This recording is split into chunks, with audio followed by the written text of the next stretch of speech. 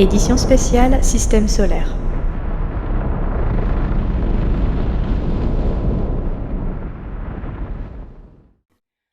Bienvenue dans ce numéro 108 de Star Nation News. Ce numéro spécial est consacré à 3 informations importantes que je souhaite partager avec vous concernant ce système, le système solaire. Nous allons explorer aujourd'hui 3 lieux majeurs qui recèlent 3 surprises de taille. Êtes-vous prêts? Avez-vous attaché votre ceinture? Je sais que oui. Alors maintenant, nous sommes donc prêts. Tout est prêt?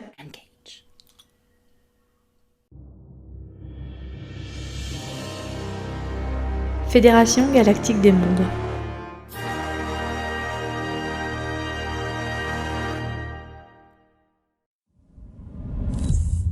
Système Sol. Vous souvenez-vous, depuis 2023, je vous parle du hub de Jupiter. Un hub en construction grâce à la Fédération galactique des mondes, la Confédération intergalactique et plus particulièrement les Altéens. Ces derniers ont fourni un vaisseau mère central qui servira de base à ce hub, destiné à devenir une plateforme commerciale et diplomatique. Ce nouveau projet, décidé en coordination avec l'Alliance terrestre, vise à créer un espace plus vaste pour les réunions, contrairement à ce qui se faisait auparavant dans la haute atmosphère de Jupiter, au sein du commandement intergalactique Ashtar, et sur les installations de Ganymède, lune de Jupiter. Depuis 2023, le hub s'agrandit progressivement, s'enrichissant de modules à sa structure. Tout d'abord, il s'agissait d'un vaisseau altéen, aux structures arrondies en construction, reliées par des ponts à d'autres modules, puis à une structure se développant dans un second temps. Lors de mes voyages vers le vaisseau mère Nibiru en orbite autour de Jupiter, j'ai eu l'occasion, à plusieurs reprises, d'observer la construction de ce hub. Et ce hub est en expansion et j'ai pu le vérifier à nouveau le 16 mars suite à un événement d'actualité qui m'a incité à m'assurer de sa véracité. Je peux vous dire que le hub comportait 5 modules, partant du module central, 3 autres en dessous, étant fixés à la tige. Il va encore s'agrandir à mesure que des personnes viendront explorer le vortex de Jupiter. Des rencontres diplomatiques y sont organisées. Et le commerce galactique intergalactique et du système solaire se développe au bénéfice des habitants de ce système stellaire. Nous avons atteint un tournant. Depuis la libération du système stellaire en 2021, nous sommes arrivés à un point où l'Alliance terrestre est désormais en mesure d'accueillir de nouveaux visiteurs dans ce système. La transition est progressive. Sur Terre, l'opération d'épuration, menée par les institutions humaines contre les forces du mal, bat son plein en ce moment. Cette opération est en cours.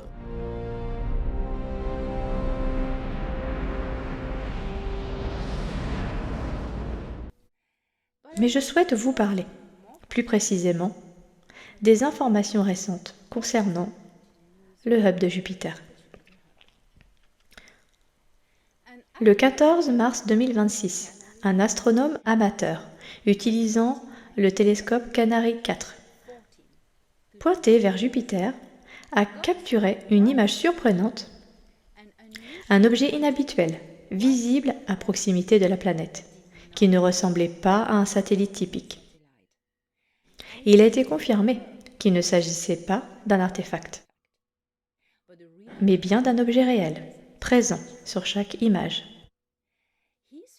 Sa première intuition fut qu'il s'agissait simplement d'une lune de Jupiter, un satellite galiléen. Mais plus il analysait les données, plus il devenait évident que ce n'était pas une lune de Jupiter. Alors qu'une lune satellite présente les couleurs des pixels habituels de la planète, sable, beige, vert et gris, l'objet inconnu affiche presque tout l'arc-en-ciel, du rose et du rouge, au bleu et au vert avec du jaune. En termes de luminosité, l'objet inconnu est plus de 2 fois moins lumineux que n'importe quel satellite lunaire. Il a également mesuré les autres satellites. Leur luminosité est d'environ 4000 photons par pixel. La forme de la distribution lumineuse est également différente. Les satellites de Jupiter ont une forme sphérique tandis que l'objet inconnu ressemble à un bulbe ou un champignon, aux éléments variés, et avec le sommet d'une tige. Telle est la conclusion de l'astronome après analyse des données. L'objet inconnu, observé près de Jupiter, photographié le 14 mars 2026 à 20h30 UTC, ne correspond pas aux critères des objets connus. Comme une étoile de référence. Aucun catalogue d'étoiles ne recense d'étoiles à ces coordonnées ni à proximité, et un temps d'exposition de 8 millisecondes est insuffisant pour capturer les étoiles d'arrière-plan, même les plus faibles. Une lune de Jupiter ?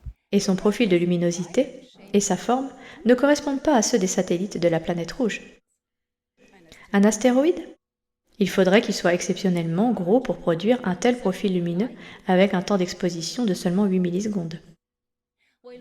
Alors que la plupart des astéroïdes sont des objets relativement petits. Une comète inconnue ? Bien que la luminosité et la forme puissent correspondre en partie, aucune comète ni queue n'est visible. Voici donc la preuve corroborante numéro 32 sur la liste. J'ai toujours fourni des informations avant même que la NASA, les télescopes ou les agences spatiales de différents pays ne les annoncent publiquement. Séisme sur Mars.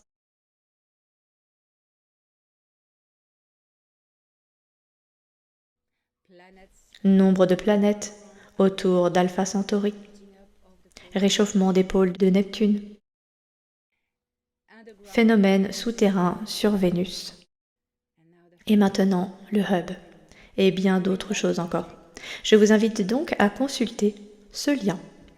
Et maintenant, êtes-vous prêts pour quelque chose d'incroyable ?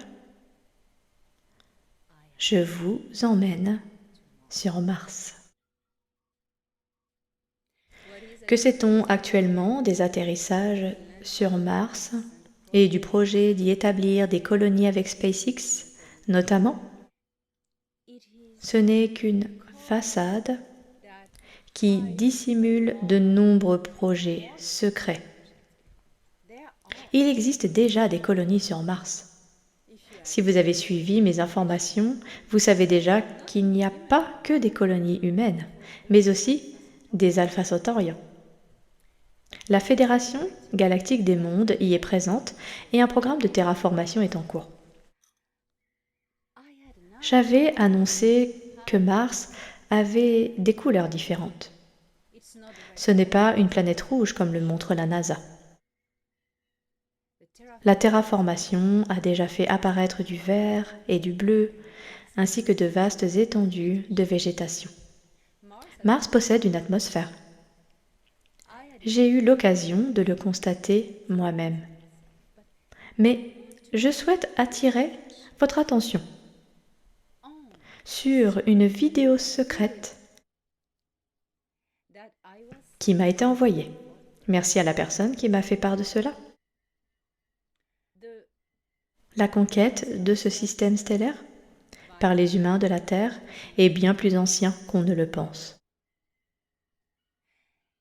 Avec l'aide de l'Empire reptilien sicard, les nazis du Quatrième Reich, qui avaient établi une base en Antarctique et créé avec ses reptiliens et l'alliance des 6, la flotte noire,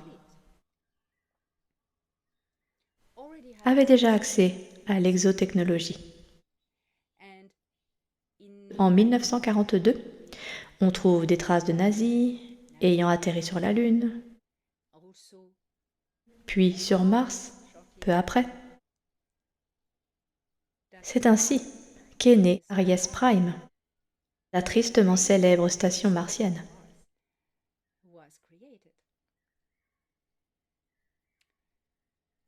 La vidéo que j'ai reçue est un enregistrement original, filmé en direct à l'époque, lors de l'atterrissage sur Mars d'une équipe russo-américaine en 1962. Oui, cette vidéo a apparemment été diffusée dans l'émission britannique Science Report en 1977, juste après que la chaîne ait dû démentir qu'il s'agissait d'un canular. Ils ont certainement reçu des menaces, mais la vidéo circulait bel et bien. Elle montre un atterrissage sur Mars daté du 22 juillet 1962 d'une mission conjointe américaine et russe. Nous possédons cette vidéo car elle a été interceptée par le radio-astronome britannique Sir William Ballantyne qui y a laissé sa vie. Il est décédé peu après, très peu de temps après, accidentellement. Mesdames et messieurs, terriens, la voici. En attente, adaptation de l'équipage.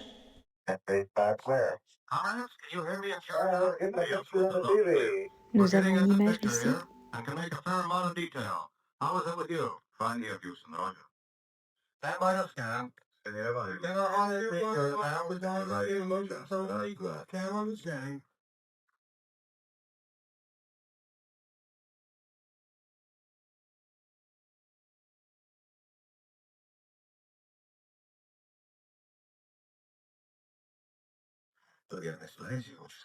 Okay, and one scanning. Standing by. Standing by. Hey, there's nothing wrong with that. Can you verify that chart down? Roger, who's Louis Solet? Stand by for reading, Joseph.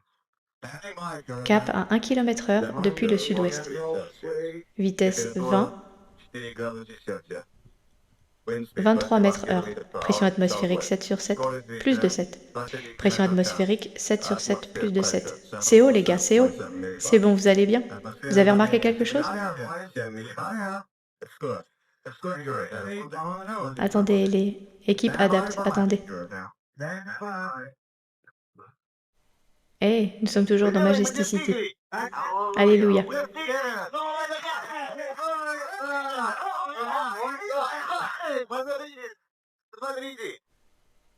Mon Dieu, qu'est-ce que c'est? Quelque chose bouge.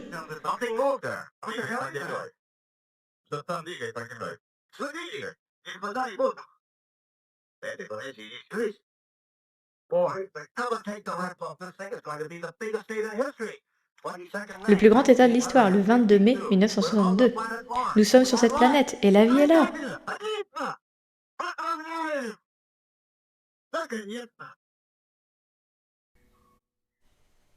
Cette créature que nous voyons à la fin, il pourrait s'agir simplement d'un tremblement de terre provoqué par l'atterrissage du vaisseau ou par l'effondrement du sol, ce qui est tout à fait possible, mais elle ressemble davantage à une créature que moi-même et les personnes ayant participé au programme spatial secret sur Mars connaissons sous le nom de fouisseurs. Les fouisseurs sont des vers, d'énormes vers qui vivent sous la surface de Mars.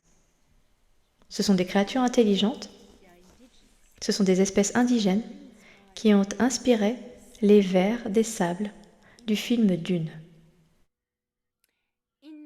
En 1977, cette vidéo a donc été diffusée dans le cadre de cette émission à la télévision britannique. Arrêtons-nous un instant sur la date. 1977.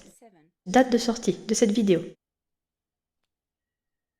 Que se passe-t-il également en 1977 ? Il nous faut revenir vraiment sur cette année et réaliser qu'il y a eu une tentative massive de divulgation qui a bien sûr été avortée par les forces obscures.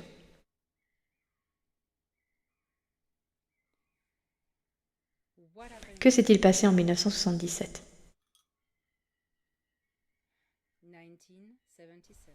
Le commandement galactique Ashtar pirate la chaîne de télévision britannique. Tout le monde se souvient de Vrillon. En 1977, Wernher von Braun décède.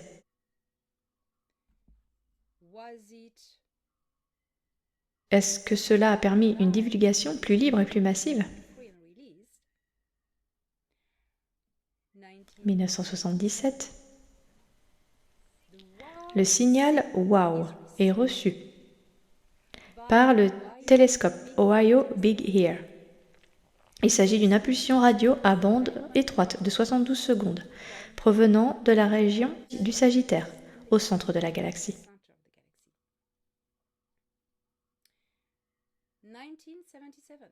Lancement de la sonde Voyager 2 en 1977. L'industrie cinématographique était également en pleine effervescence pour révéler la guerre lyrienne et l'Exode, notamment sur Terre, avec le film Battlestar Galactica,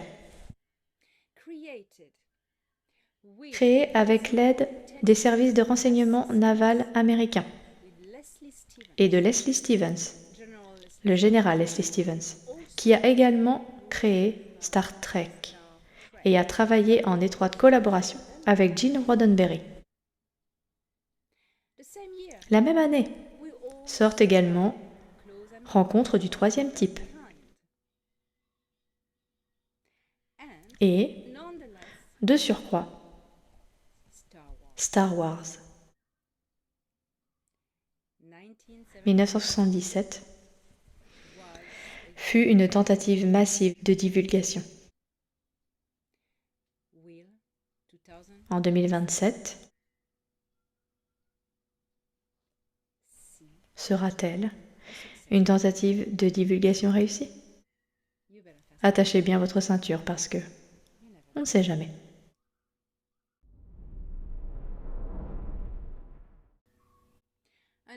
Un être extraordinaire qui nous rend visite depuis le milieu de l'année 2025 quitte maintenant notre système stellaire.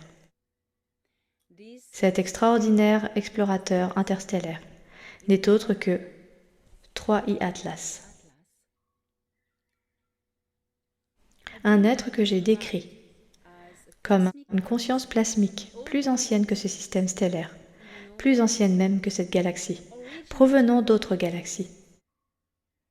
Ces êtres sont des consciences qui voyagent et enregistrent des données sur la civilisation, sur la vie, sur tout ce qu'il y a à savoir dans cet univers. C'est pour leur propre développement, leur propre apprentissage. Ce sont des bibliothèques cosmiques itinérantes. Et lorsqu'ils pénètrent dans un système stellaire, ils respectent les lois de l'évolution. Ils n'interfèrent pas. Ils n'établissent aucun contact. Ils reçoivent des contacts. Ils enregistrent ces contacts, mais ils ne fournissent aucune information susceptible de modifier le cours de l'évolution d'une culture, d'un monde, d'une civilisation. Les explorateurs interstellaires, comme les appellent les êtres des étoiles, Notre conscience plasmique vit dans l'espace, sans corps biologique, près du cœur des galaxies, car elle se nourrit des ondes gravitationnelles, ces ondes de pompage provenant du vortex galactique, et elle réside dans les zones entourant les centres galactiques. Grâce à leurs membranes et leurs filaments, elles absorbent l'énergie frêle gravitationnelle et vivent là, en communauté, interconnectées avec toutes ces dendrites et ces filaments. C'est magnifique, vraiment magnifique. Mais j'ai découvert un autre aspect de leur fonctionnement, il y a quelques jours seulement. Revenons au 9 août, lorsque Toran m'a montré par message à quoi ressemble Troy Atlas. Il entrait tout juste dans le système stellaire. L'événement a fait un grand bruit sur Internet. Tous ceux qui recherchaient l'attention voulaient évidemment en savoir plus sur Troy Atlas, bien sûr. Et les idées les plus folles, les plus farfelues ont circulé. Des vaisseaux remplis de reptiliens, activant des arches. Mon Dieu, c'était dingue.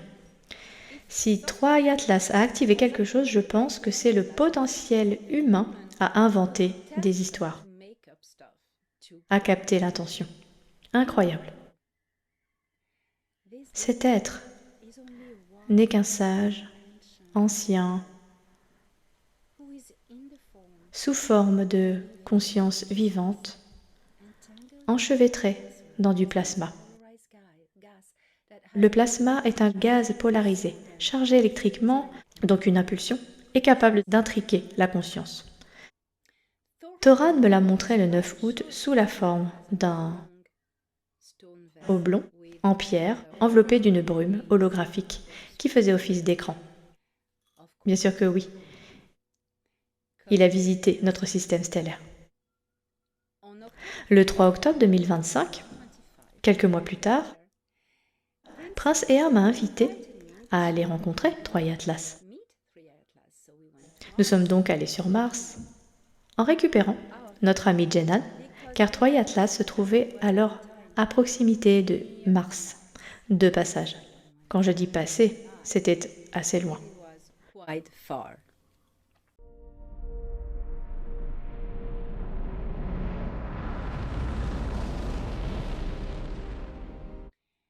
À bord de la navette dorée de Prince Ea, nous sommes allés à la rencontre de Troy Atlas. Nous avons survolé sa surface et établi le contact. Jenan en particulier entra en contact avec lui et vécut une expérience extraordinaire. Il fut comme transporté, de l'intérieur comme de l'extérieur. Mais ce n'était pas son corps physique qui fut transporté, c'était sa conscience. Et il le vit. Il vit le vaisseau holographique. Il n'y avait aucune vie biologique, aucune créature à l'intérieur. Et ce module central, disait-il, qu'il décrivait comme quelque chose d'apparence organique, mais qui ne l'était pas, avec une lumière pulsante, rose-orangée. C'était l'être. Jenan a partagé de nombreuses informations et j'ai écrit un long article à ce sujet, ainsi que cette chronique, l'aventure de ce soir, sur la page web, accessible via ce lien. Le 27 octobre, j'ai pu me connecter, comme tout le monde y était invité, avec Troy Atlas, qui se ravitaillait derrière le soleil. Cet être se nourrit, bien sûr, des champs gravitationnels des étoiles, mais aussi, il se ravitaillait en plasma provenant du système solaire, Sol. J'ai donc eu une interaction formidable, magnifique avec lui, par intrication de conscience, car il se souvenait de moi depuis notre visite du 3 octobre. Je pouvais voir où il vivait, d'où il venait, pas dans cette galaxie.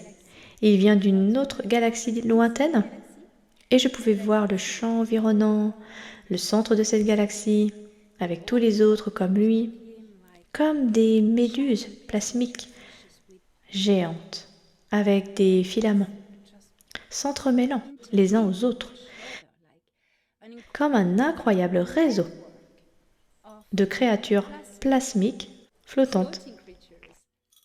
C'était, oh mon Dieu, absolument magnifique. Le lendemain, le 28 octobre, Ea m'a également proposé d'aller voir Troy Atlas, l'explorateur interstellaire, se ravitailler derrière le Soleil. Ce que nous avons fait à bord de la navette dorée.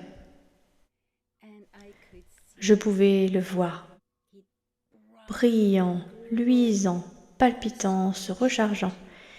Et ses filaments, ses dendrites, s'étendaient de l'objet jusqu'au Soleil, assez loin. Mais il était là, incroyablement. L'étendue de ce tentacule plasmique était impressionnante, magnifique. Voilà ce que j'ai vécu avec Troy Atlas jusqu'à notre dernier contact, car il quitte notre système stellaire pour se diriger vers d'autres systèmes, d'autres galaxies, voire d'autres dimensions. Le 16 mars, l'explorateur interstellaire se trouvait à proximité de Jupiter, à 53 millions de kilomètres de la planète. Et Ea m'avait dit, allons-y. Il me l'avait promis depuis longtemps. J'ai été conduit à bord du vaisseau Nibiru, en orbite autour de Jupiter, où Ea m'a accueilli et emmené jusqu'à la baie d'atterrissage. Des représentants de la Fédération nous attendaient pour ce voyage. Thoran Eredion était présent avec son frère Jenan. L'amiral Jor-El de la station de combat XLR6 en orbite terrestre et, comme je l'avais personnellement demandé à notre ami Seladion, je souhaitais lui offrir cette aventure. L'amiral Jor-El représentait la Fédération dans le système stellaire et était donc ravi d'être là. Nous sommes montés à bord de la navette et avons pris place. Ea, assis dans le fauteuil central, le fauteuil de commandement, invita Jor-El à s'asseoir dans le deuxième fauteuil de commandement et moi dans le troisième. Les autres hommes prenaient place derrière nous, sur la rangée de chaises. Je dis à Jor-El, qui n'avait jamais voyagé dans une navette Anar, je lui ai dit, levez les bras. Il fit, quoi? Je répétais, levez les bras. J'ai dit, vous feriez mieux de le faire. Et il a dit, ok. Il a levé les bras et les 3 ceintures triples, les ceintures de sécurité à 3 points, sont sorties de derrière la chaise. Et il a fait waouh! Et il a dit, des ceintures de sécurité? Eh oui, Jor-El n'avait jamais été dans un vaisseau spatial avec des ceintures de sécurité, car la Fédération n'utilise que des vaisseaux spatiaux équipés de stabilisateurs. Ces stabilisateurs antigravité isolent l'habitacle du monde extérieur. Ainsi, même si le vaisseau se déplace dans cette position, l'habitacle reste immobile et ne ressent aucun mouvement, aucune vitesse, rien. Mais dans une navette Anar, c'est différent. On ne ressent pas la vitesse, mais on ressent le mouvement. Et ça, c'était nouveau pour Jor-El. Et aussi Seladion. Croyez-le ou non, il a piloté de nombreux vaisseaux, mais pas celui-là. Ea était en contact avec les capteurs situés sur le dossier du siège, avec sa colonne vertébrale et le cercle de navigation qui sortait de derrière et le siège et se verrouillait à l'avant. Et là, une gemme s'illumina. Ça, c'est pour la navigation. Le reste, c'est l'interface ADN. C'est sa navette et lui seul peut la piloter.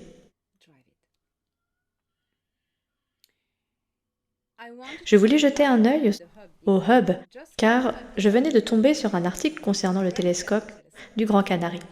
Je voulais donc vérifier, revérifier.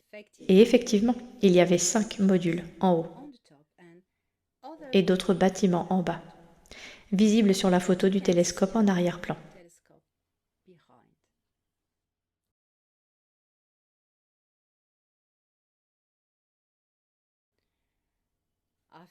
Après un survol de la station spatiale, le hub, nous avons dépassé Jupiter. Et c'est toujours un spectacle incroyable. Le champ magnétique de Jupiter marque à jamais votre propre champ énergétique ou votre propre champ magnétique. Elle rugit de puissance, elle rugit vraiment.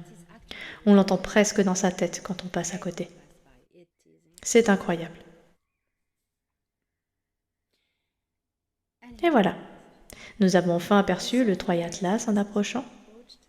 Nous avons dépassé Jupiter et nous avons continué notre route dans l'espace jusqu'à l'orbite étendue. Nous avons aperçu cette petite lumière blanche. Nous nous sommes approchés. La lumière blanche était devenue comme une brume. Puis elle prit une forme oblongue et floue. Vous savez, on voit sa face avant sur Terre. Il se passe donc quelque chose. Parfois, on peut la voir ronde, parfois des larmes longues. Les gens ne comprennent rien. C'est parce qu'il bouge, c'est un cylindre.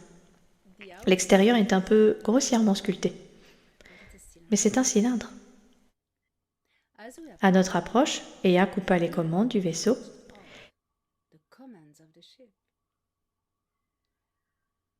Il désactiva son siège.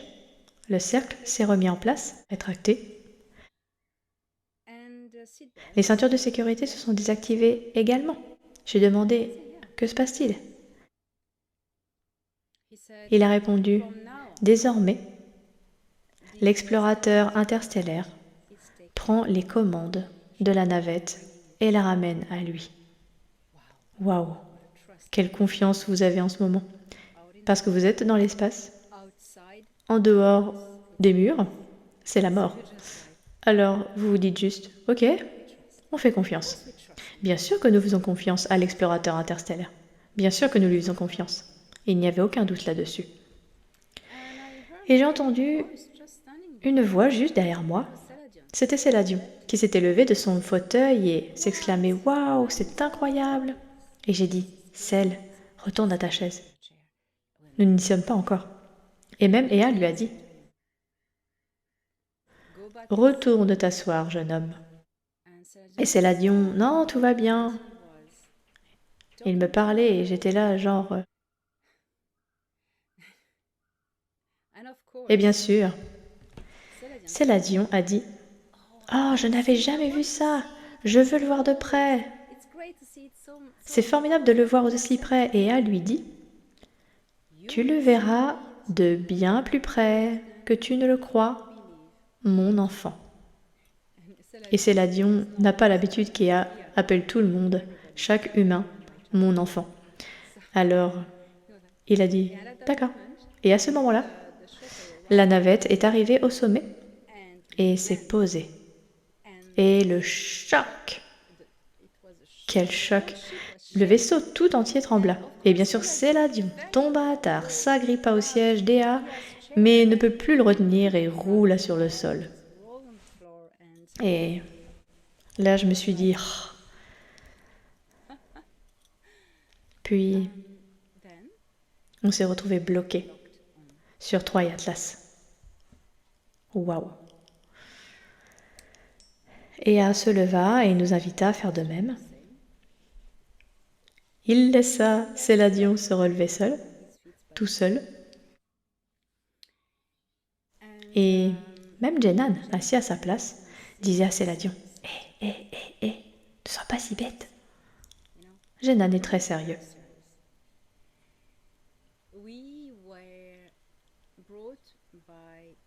Nous avons été emmenés par Ea dans une cabine Elle était circulaire, sur le vaisseau.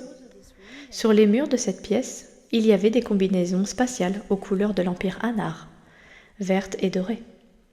C'était plutôt un vert métallique, chatoyant, aux reflets dorés. On nous a invités à les essayer. Céladion, bien sûr, était venu avec sa combinaison spatiale blanche de la Fédération. Il activa donc son casque. Et nous enfilions une autre combinaison spatiale, plus grande, adaptée à un harem. Mais une fois enfilée, elle épouse parfaitement les formes du corps. Elle interagit avec le système nerveux, la circulation sanguine, le rythme cardiaque. Ce n'est pas une combinaison spatiale classique, comme on pourrait l'imaginer, vous savez, pour les cosmonautes terrestres. Il s'agit d'intelligence artificielle, il s'agit de technologie de pointe. EA s'est assuré que tout le monde portait une combinaison et un casque parfaitement ajusté, verrouillé. J'ai regardé Céladion dans sa combinaison spatiale blanche. Il m'a dit « Ouais, tu sais, je suis toujours le seul à être à part. » On pouvait communiquer grâce à des radios intégrées à nos casques, qui étaient tous connectés. Alors EA nous a demandé de nous adosser au mur, et il a maintenu sa main au-dessus du sol, et soudain, la pression dans toute la pièce a diminué. Et on s'est levé. Et c'était comme oh. Alors j'ai fait oh, l'apesanteur. Je n'aime pas l'apesanteur. J'avais déjà essayé avec Toran sur le XLR6, mais juste pour le plaisir, vous savez, on peut faire plein de choses amusantes en apesanteur. Je lui ai immédiatement demandé d'arrêter car j'avais vraiment des vertiges et je me sentais très mal. Mais là, c'était du sérieux. Je ne suis pas entraînée à l'apesanteur. C'était donc un défi de taille. Et attendit de nouveau la main au centre de la pièce et un anneau de lumière apparut, puis un sas s'ouvrit sur un conduit, donnant accès à 3 Atlas. Il invita l'amiral Jor-El à venir en premier. Il y avait une échelle métallique, alors Jor-El s'est simplement laissé flotter jusqu'à l'échelle et est descendu. Et a dit que c'était mon tour. Oh là là. Alors Toran m'a aidé à m'approcher du bord et m'a légèrement poussé avec son épaule et j'ai ainsi pu m'agripper au rebord du haut du puits. Et je dois vous dire que j'ai le vertige, d'accord? Mais en apesanteur, comme on flotte, c'est étrange, car on n'a pas la même perception des distances, de la profondeur. Vous n'avez donc pas vraiment le vertige puisque vous ne tombez nulle part. Vous êtes comme en apesanteur, vous flottez là où vous êtes. Le vertige n'était donc pas présent. C'était vraiment intéressant. Je comprends maintenant. Les astronautes qui flottent dans l'espace, au-dessus de la Terre, ne ressentent pas cela, car ils flottent. C'est une sensation. Et la réaction du corps dit probablement au cerveau « Tu es en sécurité, tu ne vas pas tomber. Tu ne tombes pas, tu vois ?» Alors, je me suis laissé flotter au fond du puits. Il faisait sombre là-dedans, mais pas vraiment sombre, mais comme au crépuscule, avec une faible lumière. Et soudain, ma main a quitté la rambarde. Et là, j'ai paniqué. J'étais genre « Wow !» Et Jor-El, derrière moi, m'a rattrapé par le bras et m'a dit « Eh, ça va, ça va, ça va !» Et je pouvais me tenir un peu plus droite. Et Jor-El m'a alors tiré en arrière, à sa hauteur, se tenant derrière lui. Et il a dit « Ok, ça va, tu es ok maintenant. Tu vas bien maintenant. » Et puis, eh bien, le reste de l'équipe est arrivé. Toran, Jenan, Céladion et Ia, à la fin. Et nous voilà dans ce grand, immense, interminable couloir.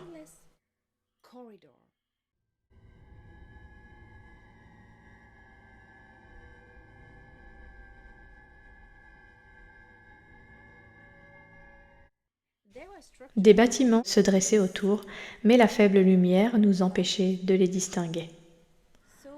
Nous avons donc avancé. Ea est passé devant avec Jenan. Jenan reconnaît les lieux. Il était là, conscient, il y a quelques mois. Jor-El m'a appris à me déplacer en apesanteur avec mes pieds, parce que normalement on s'agrippe aux objets. Et tu fais comme ça, dit-il, mais tu ne peux pas faire ça ici. Alors, tu vas te pencher en avant, porter le poids de ton corps à tes pieds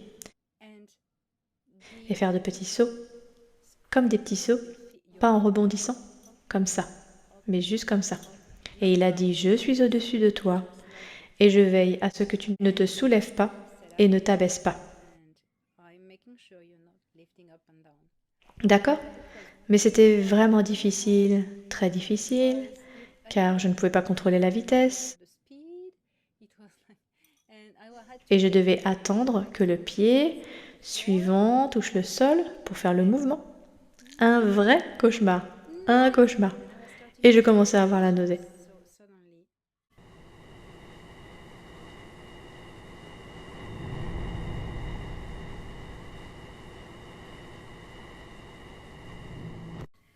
Soudain, un bras masculin, Toran, m'a attrapé et il a dit « C'est ok, c'est bon, allons-y ». Alors Toran s'est attelé à la tâche d'aller de l'avant. Et je me laissais simplement flotter à son bras. C'était mieux.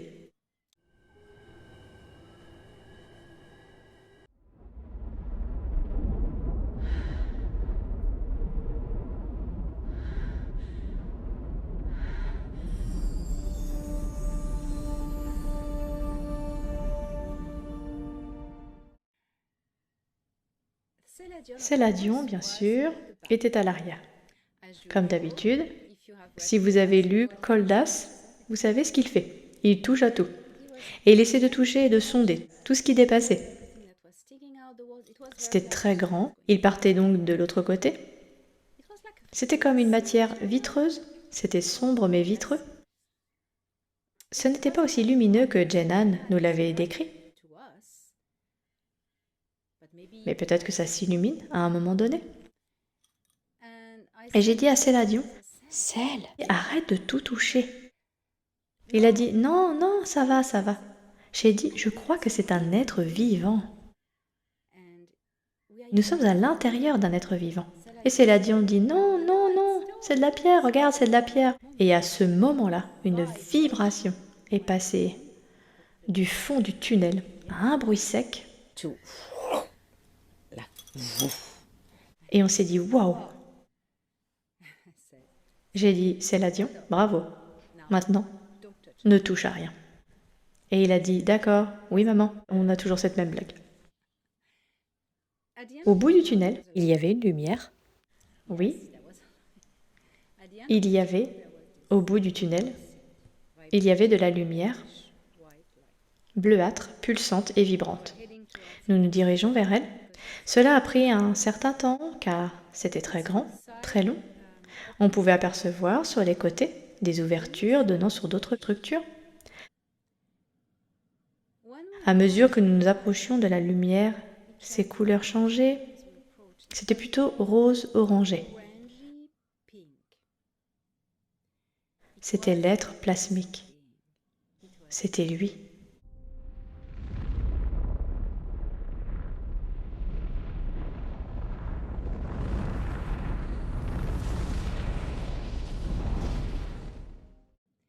En nous approchant, nous avons découvert une vaste zone au cœur de 3i Atlas. Le cœur battant de 3i Atlas. Cet être, cette masse plasmique, informe, reposait dans une sphère immense. J'ai dit qu'elle mesurait environ 9 mètres de diamètre. une taille colossale pour un humain. On pouvait l'apercevoir à l'intérieur de cette sphère transparente, d'une teinte brunâtre, mais d'une transparence vitreuse. Pourtant, elle semblait organique, comme si on ne la touchait pas. Au toucher, elle aurait vacillé. Sur un tiers de la surface, c'était une cavité, un support brunâtre, presque brunâtre, avec des reflets rosés, la maintenait, la sphère, et cette cavité semblait faite de matière biologique. Et cela présentait des protubérances, telles des dendrites ou des tentacules, s'accrochant aux parois et à la structure environnante pour maintenir cette sphère en suspension au centre. C'était une vision que nul d'entre nous n'avait jamais vue auparavant, ni même ici. Il s'agissait là d'une conscience plasmique, c'est-à-dire une conscience pure, intégrée à une forme de vie plasmique dotée d'un pouls. Mais cette créature plasmique se reposait peut-être dans son fauteuil habituel ou de commande, je ne sais pas. C'était une structure biologique composée de matière biologique. Et puis j'ai compris qu'elle se fondait avec le reste de la structure du vaisseau, car à ce moment-là, elle correspondait à la description de Jen Han, une forme organique unique constituée d'un réseau, d'une monoforme qui ressemblait à un réseau de matière organique, mais qui paraissait à la fois cristalline et transparente. C'est très difficile à expliquer avec des mots.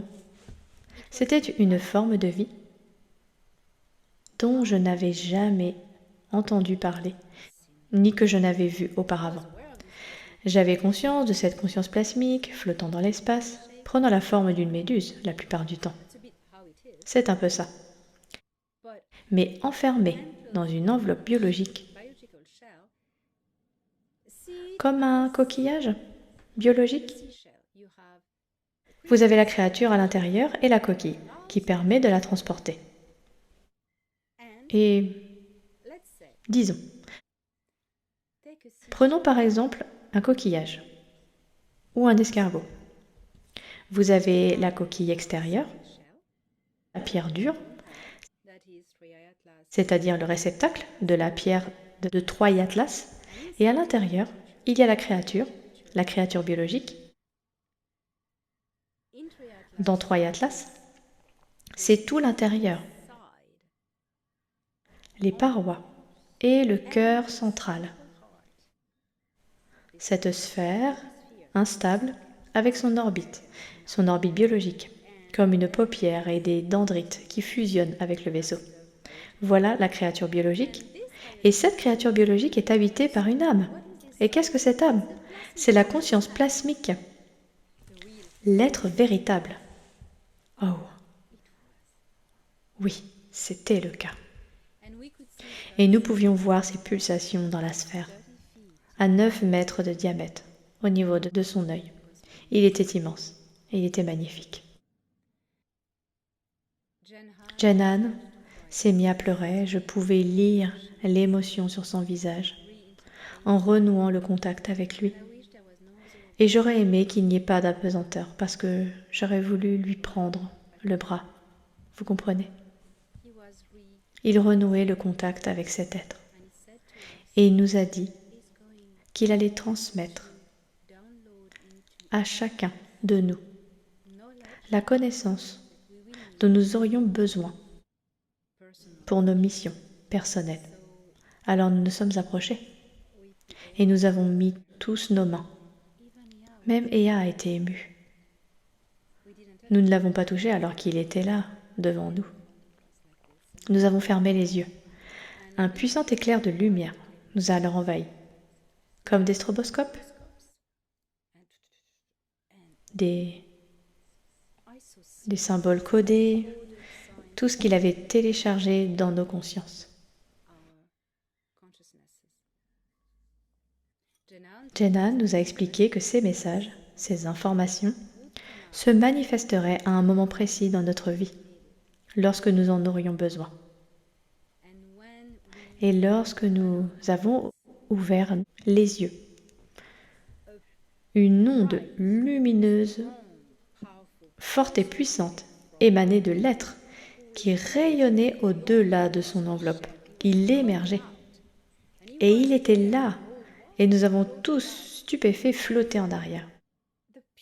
Le plasma pur se trouvait devant nous, et il a envoyé cette onde à travers tout le vaisseau. Et cela illumina tout le vaisseau, comme si les lumières s'allumaient. C'est désormais comme Jenan l'avait décrit. Cet être plasmique orange vif et rose qui émettait simplement cette onde de lumière, et tout le vaisseau s'illumina de bleu, de blanc et parfois d'un peu de rose. On pouvait alors distinguer le réseau neuronal de matière biologique cristalline. C'était comme du cristal, mais c'était biologique. C'est très difficile à vous expliquer, mais c'est comme ça que ça s'est passé. Et nous lui témoignons notre amour. Nous l'avons remercié de sa visite et de nous avoir éclairés, tant d'entre nous, en nous apportant la connaissance et la conscience de l'existence d'autres formes de vie dans cet univers immense, au-delà de toute compréhension humaine. Ce fut un moment très émouvant. Et nous sommes retournés vers lui, comme s'il nous avait guidés d'une lumière jusqu'au puits. Nous avons atteint notre objectif. Le dialogue était fini. La pression s'est recentrée sur les besoins vitaux et nous avons ôté nos combinaisons, sommes retournés au cockpit, la salle de commandement, pour prendre place et avons décollé. Troy Atlas nous a libérés. Nous étions désormais déverrouillés aux commandes du vaisseau. Nous étions tous un peu abasourdis par ce qui venait de se passer. Nous sommes retournés au Nibiru et avons remercié Ea et ainsi que Shurani, mon pilote qui nous avait accompagnés à distance avec une flotte de navettes du Nibiru. Shurani a dit « Hé, je viens avec vous ». Elle nous a donc accompagnés jusqu'au XLR6 pour faire le point avec nous. Nous sommes rentrés à bord du vaisseau éclaireur qui avait amené Jor-El et son équipe sur Nibiru. Nous sommes retournés au XLR6. Là, nous avons été invités dans les quartiers de Jor-El. C'était formidable car je n'y étais jamais allée. C'est ce que j'ai pensé. J'y suis allée lors de ma visite à Ardaana en 2021 et maintenant ces appartements se trouvaient au-dessus de ceux de Dor-Han. Ces appartements sont plus grands et ils ressemblent davantage à de l'architecture organique avec des lumières qui bougent dans les murs. Trop cool, trop cool. La fontaine au milieu. Vous vous souvenez dans le livre « Nous serons toujours là » J'avais dessiné Ardaana dans ses appartements, dans son fauteuil près de la fontaine. Et bien voilà. Nous nous sommes donc assis là, sur les canapés. Seladion, Toran, Shuran, Jenan et moi. Et Jor-El se tenait près de la fontaine. Nous discutions de ce que nous venions de voir, nous faisions le point. Vous savez, soudain nous avons entendu un bruit, quelqu'un est sorti d'une des pièces. C'était la femme de Jor-El. Elle se nomme Shora, et elle revenait tout juste d'Alpha Centauri. Elle est Célosy avec son fils, parce qu'elle est sortie de la chambre en chemise de nuit, croisée comme ça, et les cheveux étaient un peu comme ceci. Elle venait de se réveiller et s'est exclamée « Oh mon Dieu, tous ces gens !» Jor-El a répondu « Oui, je vous présente ma femme, Shora. Elle vient d'arriver d'Alpha Centauri, elle est juste fatiguée. Notre fils dort dans la chambre là-bas. » Et elle a dit « Oh oui, je déteste cette station, je déteste la vie à la station. » Elle a dit « Je rentre chez moi et je rends visite à mon mari très souvent. » Et elle a donc répondu « Ah oui, Toran !» Elle se souvenait bien sûr de Toran. Elle le voyait très souvent lorsqu'elle rendait visite à son mari au travail. Et elle dit « Oh, c'est ton frère Janan, vous ressemblez beaucoup, c'est incroyable. » Elle se tourne vers Céladion et lui demande « Qui êtes-vous? Présentez-vous. » Puis elle me regarde et dit « Je vous connais, je vous connais. » J'ai dit « Je suis l'émissaire de la terre. » « Oh mon Dieu !» Elle n'a pas dit « Oh mon Dieu », mais elle était « Oh waouh !» Et nous nous sommes tenus la main. Et puis elle a vu Shorani. Et elle a dit « Vous êtes Anar ?» Et j'ai répondu « Oui, Shorani est mon escorte Anar. » Shorani s'est alors présentée davantage. Et c'était formidable de voir Shorani détendue, loin du contexte militaire du travail. Alors Shora a dit « Je suis vraiment désolée, j'ai besoin de me reposer. Je suis vraiment fatiguée, mais c'est un plaisir de faire votre connaissance. Profitez bien de votre conversation. À la prochaine. » Et elle est allée dans sa chambre. Et nous avons commencé à parler à voix basse. Alors Jor-El a dit « Allons à la cuisine. Voulez-vous manger quelque chose ?»« Formidable, oui, oui, oui, oui. » Nous sommes donc allés à la cuisine. Ah, oh la cuisine. C'était une pièce rectangulaire avec un haut plafond. Sur un mur, il y avait comme un écran avec de l'eau, comme une cascade. Mais c'était de la lumière, comme une cascade de lumière. Des gouttelettes de lumière qui tombaient. Et des étagères devant.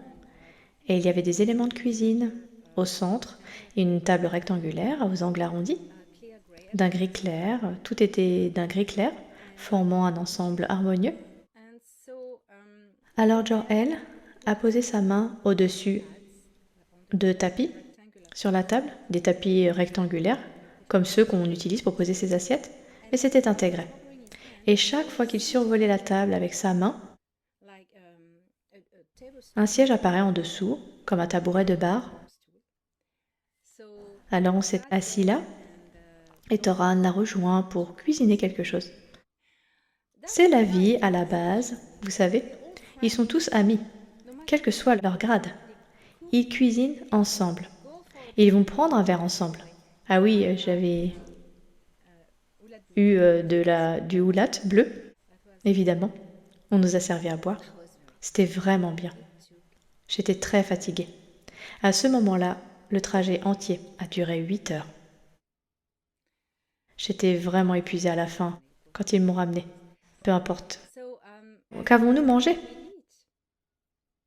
Donc, il y avait un réplicateur, mais Jor-El l'a utilisé pour obtenir certains éléments et ingrédients. Je n'ai pas vraiment vu ce qu'ils ont fait. Ils ont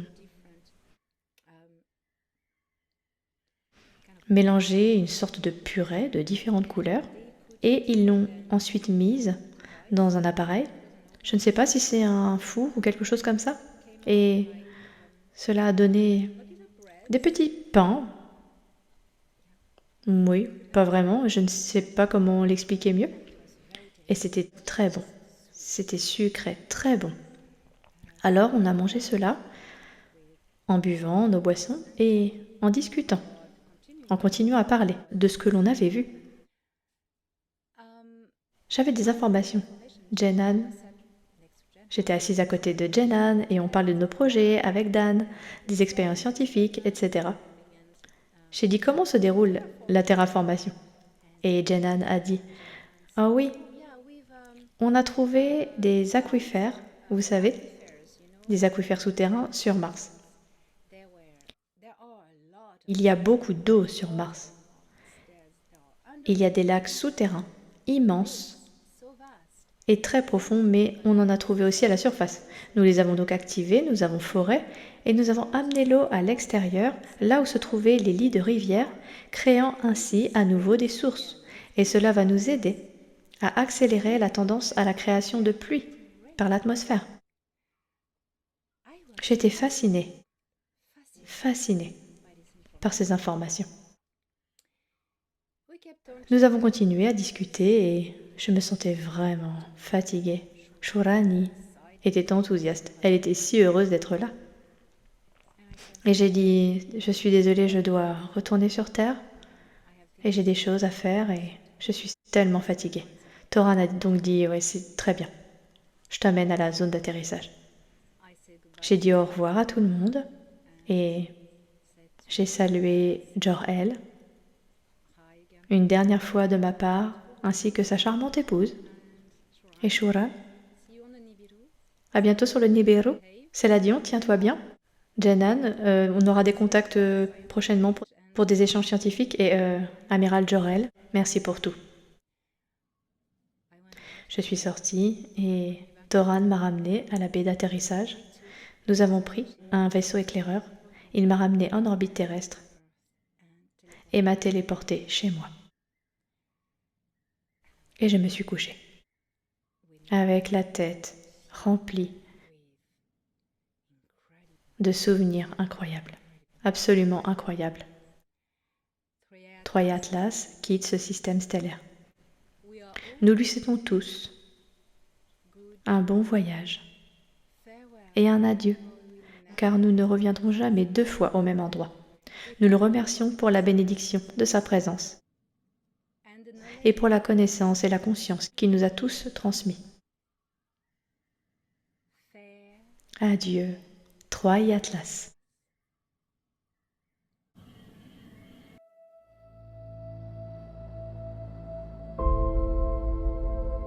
L'évolution n'est pas aléatoire.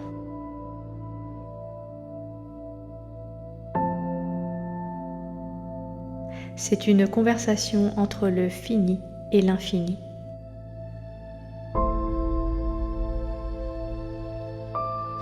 Chaque monde est une question que l'univers demande à lui-même.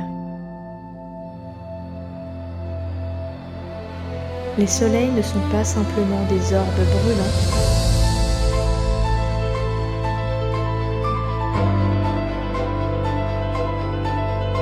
ils sont des transmetteurs nodaux dans le champ galactique.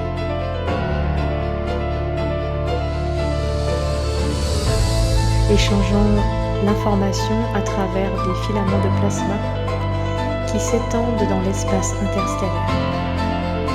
Quand une étoile change sa fréquence, le réseau entier répond. Troya Atlas.